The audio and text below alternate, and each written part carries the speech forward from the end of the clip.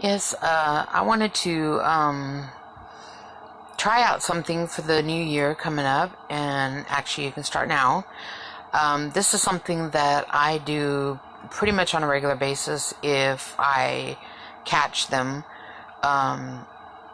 when somebody asks for a prayer or something, either, excuse me, either in comments or on Twitter or not so much some of the other social media sites like Pinterest and stuff like that. I don't usually see it. Occasionally you'll see it on Instagram. I haven't been on Instagram for a while though, but I will on Facebook and on Twitter because I'm on there regularly posting things and just seeing how my friends are doing and who may need prayer things or whatever new news articles or anything is going on. So I will usually catch people when they are asking for prayer. Excuse me.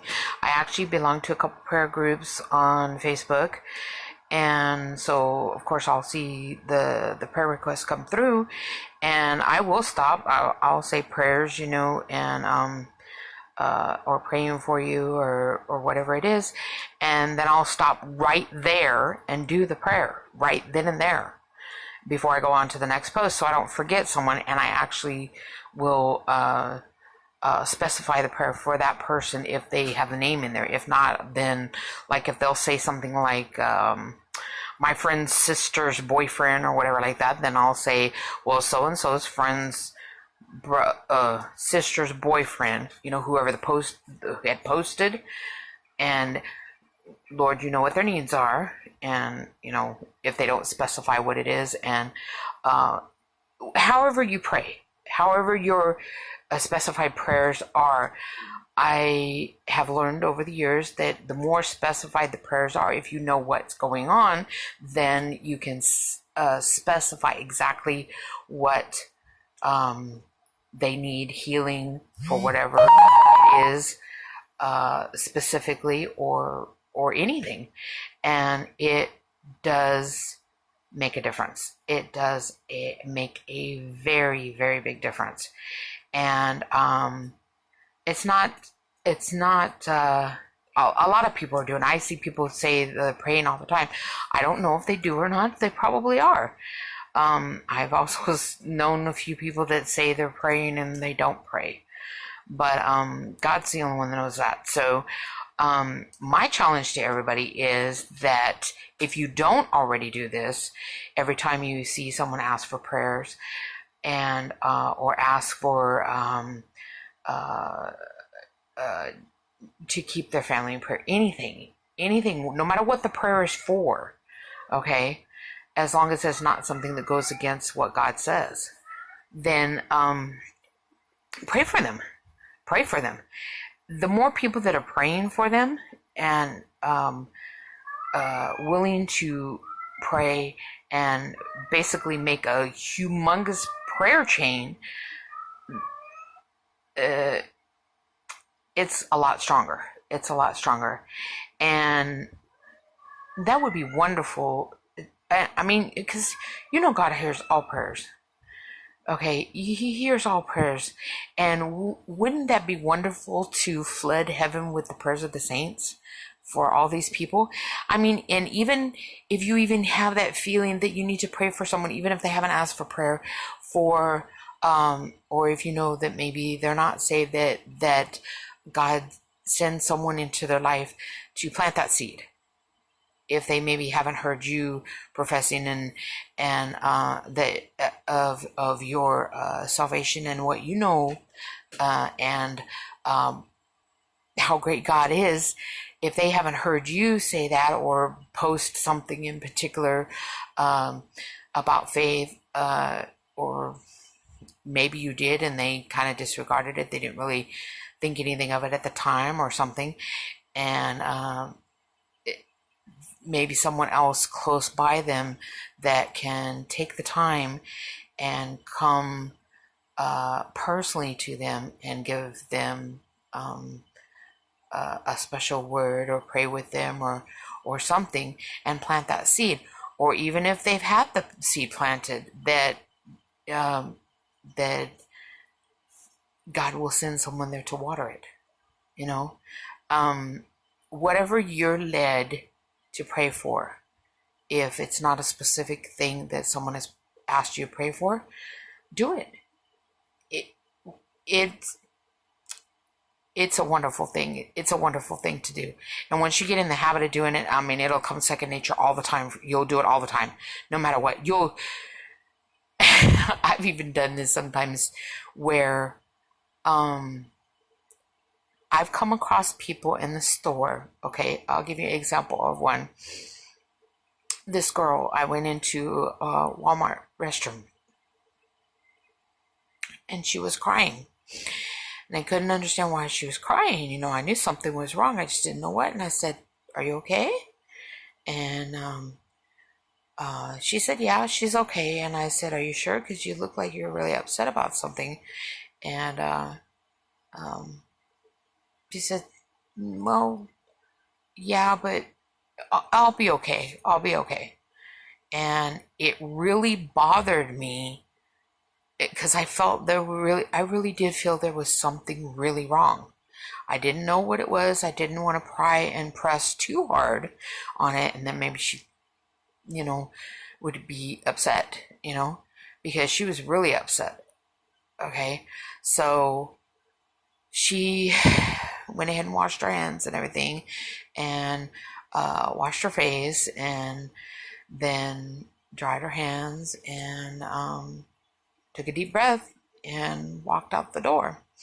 But before she did get completely out the door, I said a prayer that, "Lord, I know there's something wrong. I don't know what it is." She wouldn't tell me, but please watch over her. Please help her. If she is in need, if she's in danger, help her, Lord. And I know a lot of people say that God doesn't listen to all prayers. But when you belong to God, if you're praying an intercessory prayer for others, He hears you. He hears you.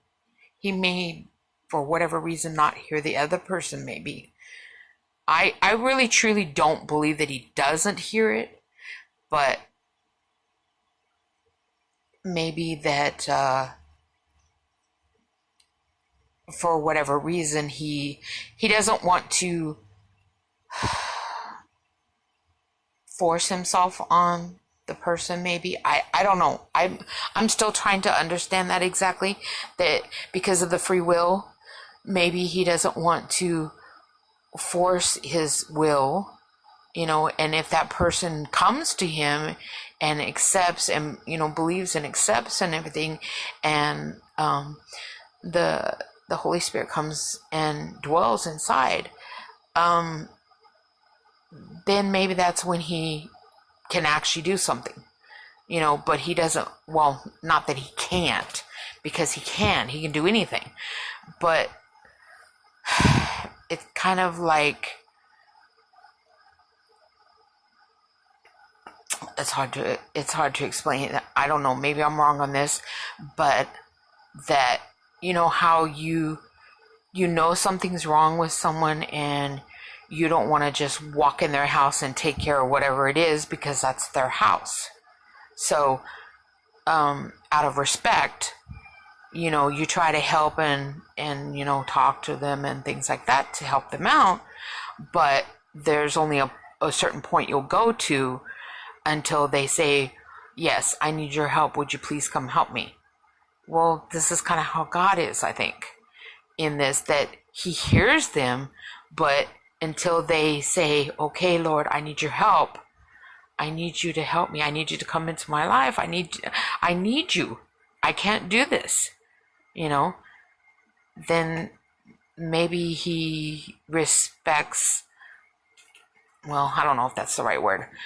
Maybe He chooses not to overstep the free will in order to do that, until He gets that it's okay. I don't know. I don't know if I'm stating it correctly. maybe it'll get misunderstood here. I'm not sure, but free will is a big thing, and he could have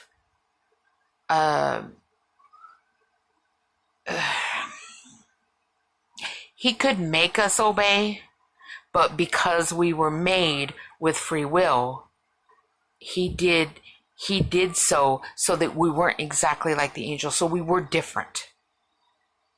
That we would choose or not choose to love him. We weren't made to love him, made to worship him. We weren't forced into doing it, because most people would think it would be forced. If you had no free will, you're basically, you have to do it because it's a debt you owe him. Well, he paid our debt in dying for us, but what we received was eternal life, the salvation. What we received was that. So we did, in essence, get something for the debt that he paid, but it's not something that we're made to do. We have the choice to believe or not believe. But all I'm asking in this challenge is if you feel led to pray for the person, whatever it's for, whatever they're asking for, or whatever you feel led to pray for them, no matter where it's at, if it's on Facebook, if it's on Instagram, if it's on Twitter, if it's on Pinterest, wherever. If you're going in your car or on a bus or whatever, and you feel that you need to pray for someone, even someone on the street, homeless, somebody at a bus stop, whatever you're led to do, don't ignore that. Pray for them. Pray for them. That might be one of the only things that makes the biggest difference in that moment. You should want to do this. You really should. You should want to do this. You should feel that it's the right thing to do and do it.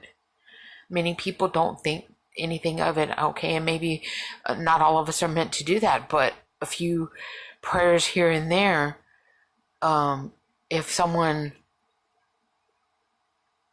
feels to do it, is not that bad of a thing. Okay, maybe you're not a prayer warrior and constantly doing it all the time. That's your main thing, but you can still pray for other people. I asked for them to pray, and they prayed for me, so I'll pray for them. No, don't be selfish like that. Pray for them. No matter what, pray for them. Whether you are getting them asking you to pray for them, or you just feel that you need to pray for them because there may be something going on that they're too ashamed to talk about, too ashamed to tell you what exactly is going on, and that they need prayer. A lot of times, with the way the world is right now and how people look oddly at people when they find out different things about them, or like to make fun of them about whatever they illness they have, or disability, or whatever. People get harsh. People get cruel. And I've even heard a couple people say this, and this was out there, some, I don't know, maybe it's just random talking people are saying, but like as if they felt that only certain people deserve to be prayed for. No, everybody deserves to be prayed for. Everybody needs to be prayed for. Would you want yourself to be excluded from being prayed for because someone chooses to think that you're not worthy enough to be prayed for? That, you don't need prayer, or even somebody that looks like everything is going right in their life, and they might not need prayer, or they have this and they have that, so looks like everything's fine, they don't need no prayer.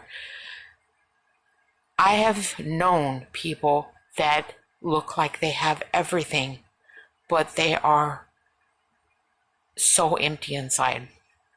And all they want is someone to say a kind word to them.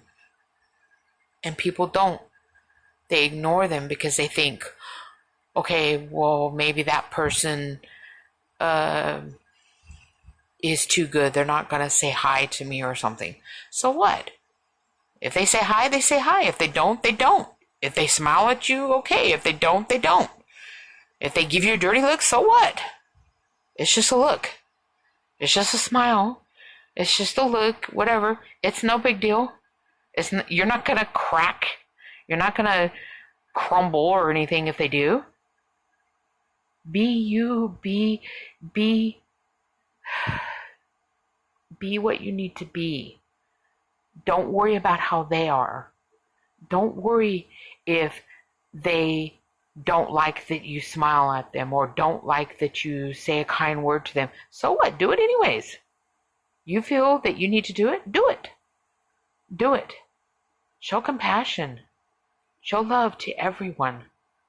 And it doesn't matter what they look like on the outside.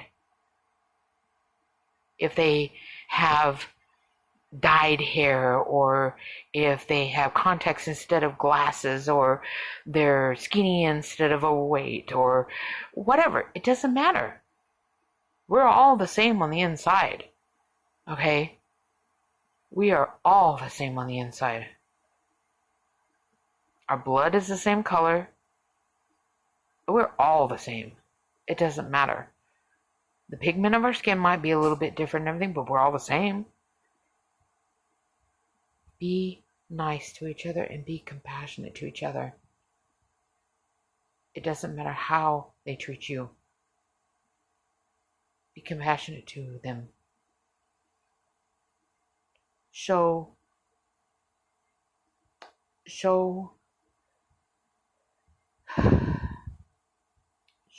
the love of God through you to them.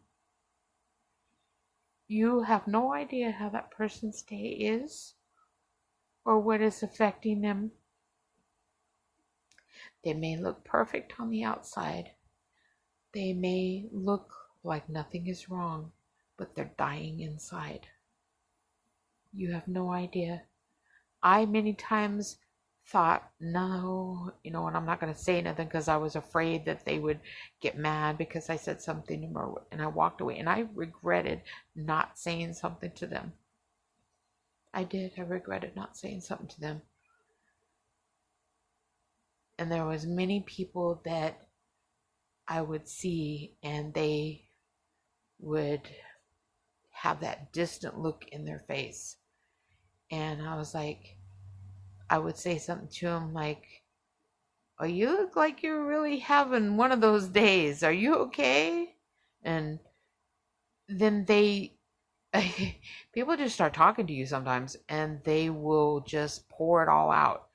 It's like they're just waiting for that release. They're just waiting for someone to say and be human to them. And that, acknowledge that they're there. Sometimes that's all people need. But trust me, it is a good thing to do that. And you get into the habit after a while. You do it. You don't even think about it. You're scrolling through, you see the posts and everything, and it's not just your friends you're praying for. You're praying for their friends. You're praying for an acquaintance of them. Your list will grow. You think, okay, I'll just pray for my friends if they need, and this and that and different things. I don't know if anybody else has ever been on Facebook, but people post stuff on Facebook that you would not believe, and stuff that, you really shouldn't post on Facebook, but they do. And they pretty much, a lot of them, especially the younger generation, tell their entire life story on Facebook to total strangers. And some of those total strangers can be cruel, but some of them are very sympathetic too. and they understand because they've been through that too. And I think that's part of the reason why when people do these testimonials and people will listen to them, that they actually start to open up, and well, hey, I guess I'm not the only one that had that happen to me, or wow, she had the same thing happen to her but a lot worse. I guess mine wasn't that bad, and it gives them different perspective. It really does. It gives them different perspective. But yeah, just, you feel led to, you feel that there's a need to, whether they ask for it or not, or even they ask for prayer, pray for them on all social media sites, all avenues, when you go to the grocery store, whatever, somebody in a parking lot, somebody you pass on the street, at the theater, wherever you go. Okay, in addition to your own prayers you normally do for people that you need to pray for, and or your own personal prayers that you've already got. Most people do anyways, a prayer list that they pray every morning or every week, or whatever the needs are. We'll add that to it too. Add for praying for people, and it doesn't matter if you know them or not. Pray for them anyways. Pray for them anyways. We really, really terribly need this nowadays. So, anyways, that's what I wanted to make as a little challenge for everybody to do. And I can't do a lot of things, and I don't get out like I want to most of the time, but there's little things I can do, and that's one of the little things I can do. And research and doing reading anything and everything, and pretty much I can get my hands on. When you have time and you can't really go and do certain things physically, then you find other ways to still do. Doesn't mean you're worthless, doesn't mean that you can't do things for God too. You can do prayer even if you can't walk, even if you can't get around, even if you don't think that you can do anything. That you can do. You definitely can do that. And you should be able to do and read your Bible and everything too, even if it's just sitting down. I've seen people that they have no arms and they turn pages of books with their feet. Okay, I'm very flexible with my feet too, and I can actually pick up things and stuff with my feet too. But I do have hands and arms and everything. But yeah. I've seen many people do that, and sometimes I've even picked up stuff with my feet, even though, like if I drop something particular, I kind of like don't want to bend down to get it, but, and I'll pick it up with that, or I'll scoot it along with my toes and stuff. But yeah, I see people turning pages of books with their feet. You learn to adapt. And this is something we should adapt to do too. Pray with a fervor that you don't stop. Constant praying for anybody and everybody that you come across. And don't stop. You'll see a difference. Anyways, I'm going to cut it off for tonight. And God bless everybody. And talk to you later.